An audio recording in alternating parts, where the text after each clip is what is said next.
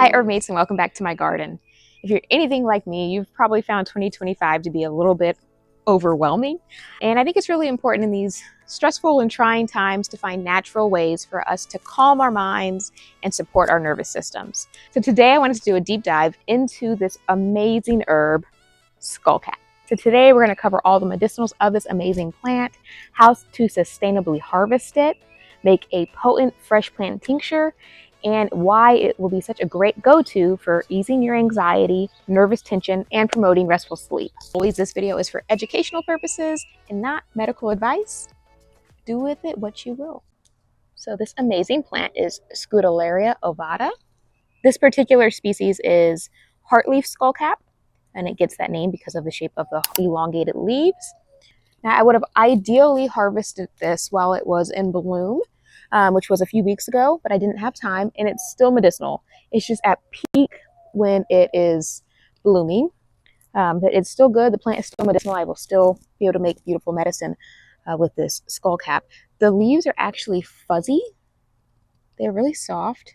So when we're harvesting, we don't want to take more than we need. We don't want to kill the plant. So I'm going to do about 1/3 today.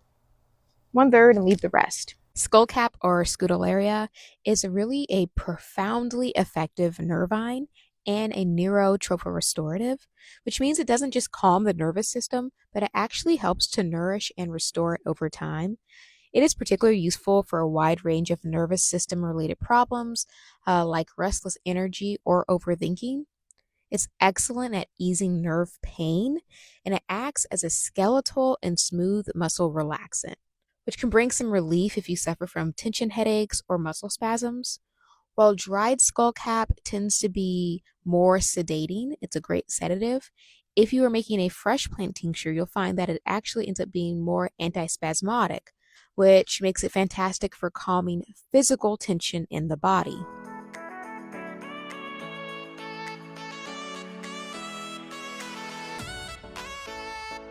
It is often indicated for people who have a hot and fiery constitution. In Ayurveda, they call that pitta because it helps to cool and calm agitation. So if you're looking to ease anxiety, nervous tension, irritability, even twitchiness, or you want an alternative to melatonin that's going to give you restful sleep without feeling groggy in the morning, you might want to give Skullcap a try. So it is 1,000,000 degrees out here in this Texas sun. So even though I rinse them, they are going to dry out really fast. It'll be great. They're gonna dry off very quickly. I usually would do this into a bowl, but like I said, I want them to dry, and it's already like 90 degrees, so it's gonna go quickly. But you can just strip the stems like that. Okay, more about Skullcap. For nervous exhaustion from chronic stress, it's a powerful restorative. It helps rebuild your nervous system's resilience, tackling both acute stress and long-term overwhelm. It brings calm without drowsiness, which makes it good for daytime use. Okay, so you're going to need a clean jar and a high-proof alcohol, anywhere from 80 to 100 proof. And then you're simply just going to cut up your skullcap. Do a better job than me. I was rushing because the Texas sun was killing me. Anyways, the goal is to increase the surface area so that the alcohol can effectively extract the medicinal compounds from your plant. Just fine chop. It doesn't need to be a paste or anything like that. Next, you're going to pack your jar. I follow a 1-to-2 ratio for my fresh plants. That's 1 part plant matter to 2 parts menstruum. If you don't want to do math, you can just pack your jar very tightly, leave about 1 inch or 2 of headspace, and make sure your plant material is fully covered.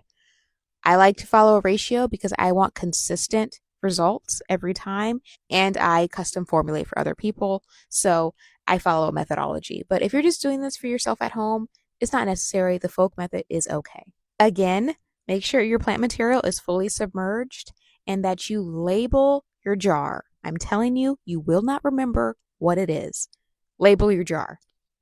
Now just store it away in a cool, dark place for however long the ancestors tell you to. It could be 2, 4, 6, 8 weeks. It could be a year. That's really up to you. Just whenever you think about it, give it a little shake to agitate the herbs and ensure that they're all getting extracted. Thank you so much for spending time with me today in my garden. If you're interested in learning about other herbs, I have motherwort and monarda up next for harvest. Please let me know in the comments which one of those would be of interest to you. And as always, please like and subscribe so we can grow, harvest, and heal together.